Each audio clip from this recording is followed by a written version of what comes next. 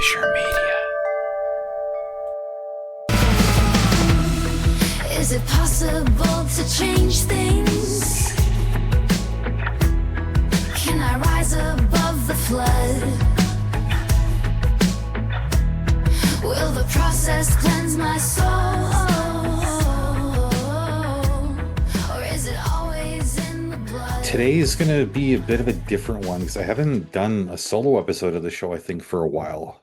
And let's see if I still know how to do it.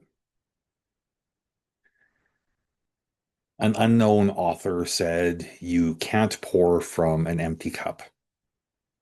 Now, we say that kind of thing all the time, but I wonder how often we really let ourselves believe it, especially when people we care about are struggling, especially when we're used to being the one they lean on. There's this quiet pressure that builds up in those moments, a sense that we have to be careful, not just careful with what we say, but careful with how we move around them, careful not to provoke, to disappoint, careful not to withdraw. We start measuring ourselves in teaspoons, trying not to spill, trying to say the right thing at the right time and the right tone, hoping it won't be the thing that breaks the moment or even worse, the relationship.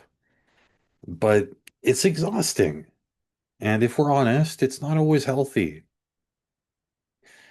There's a kind of emotional choreography that happens when someone we love is in pain but isn't very good at owning that pain. They might lash out. They might collapse inward. They might pull us close just long enough to twist something sharp before pulling us away again. And because we know they're hurting, because we love them, we try to stay present anyway. We tell ourselves that we can handle it, that it's not about us, that maybe this time will be different. And sometimes it is, but a lot of the time it isn't. So I want to talk about what it means to care for someone deeply and still acknowledge that we have limits, that we aren't wrong for needing space, that empathy without boundaries can quietly drain us dry. I once knew someone who kept a garden. Nothing fancy, just a modest backyard space that he took a lot of pride in. And over the years, I noticed something about how he cared for it. He wasn't sentimental about every plant. If something was failing to thrive, even if he liked it, he'd move it. He'd trim it back. Sometimes he'd just pull it out completely. And not because he didn't care, but because he understood that a garden only stays healthy when you respect its balance. He told me once that the hardest thing wasn't letting go of the plants that were clearly dying. It was letting go of the ones that looked fine on the surface but kept draining the soil. That really stuck with me because I think people are the same. There are relationships that look good from a distance, conversations that appear warm, histories that seem rooted in love, but underneath there's something being stripped away slowly and silently. And we don't always realize it until our inner resources, our patience, our capacity to listen, our ability to say soft are almost gone. We're not always taught how to spot that kind of drain. We are, however, taught how to tolerate it, especially if it comes from someone who means well, especially if there's love in the mix, especially if we've known them for a long time. And so we stay, we explain, we forgive, we recalibrate. And in doing that, we quietly disappear a little at a time.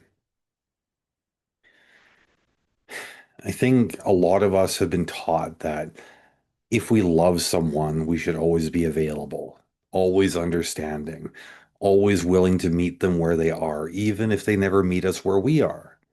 And that sounds noble, it sounds generous, but in practice, it can be deeply damaging because empathy isn't meant to be a life sentence. Compassion isn't the same as surrender. And there's a difference between being kind and being consumed. The truth is that even the best of us will reach a point when we start pulling back. Not to hurt anybody, but because there just isn't enough left. We'll delay replies, we'll rehearse our responses, we'll try to anticipate their mood before we speak. And we do this not out of cruelty, but out of survival. And it's not until much later, maybe when the distance has grown, maybe when something breaks, that we start asking ourselves whether we were even being fair to ourselves along the way. Boundaries have become a buzzword, but they're not trendy, they're necessary. Boundaries are how we honor our own emotional landscapes without completely closing ourselves off. But here's the part that's hard to admit. Boundaries also carry risk. When we set them, people might push back. They might accuse us of being cold or selfish or distant. And in a way, that's the gamble. Because for someone who's used to being cared for without limits, any limit feels like abandonment. But here's what I keep coming back to. Setting a limit is not the same thing as turning away. Sometimes it's the most honest way we can stay connected. Sometimes it's the only way we can stay human. Now, I don't have a formula for how to get this right. I wish I did. But what I've learned is that you can still love someone and need to step back. You can care and still say no. You can offer grace and still acknowledge when you're being hurt. There's no shame in needing rest. There's no shame in needing room. And there's no shame in needing silence. We don't owe anyone access to us just because they're in pain. But we also don't need to harden ourselves to survive. There's a way to care with boundaries, a way to stay soft without staying stuck. And if you're someone who's in that gray space right now, walking that line between empathy and exhaustion, I want you to know that you're not failing. You're just human. And you're doing the very hard work of figuring out how to hold others without dropping yourself. The road forward won't always be clear. There are going to be days when you give more than you wanted to, and others when you pull back more than you thought you would. That's not weakness. That's adjustment. That's learning. If the people we care about are willing to grow with us, the space we create can become a healthier kind of connection. And if they're not, then even that knowledge is something we can honor quietly and without shame. But no matter how it plays out, you still deserve peace, not as a reward for endurance, but as a right. Not someday, but now.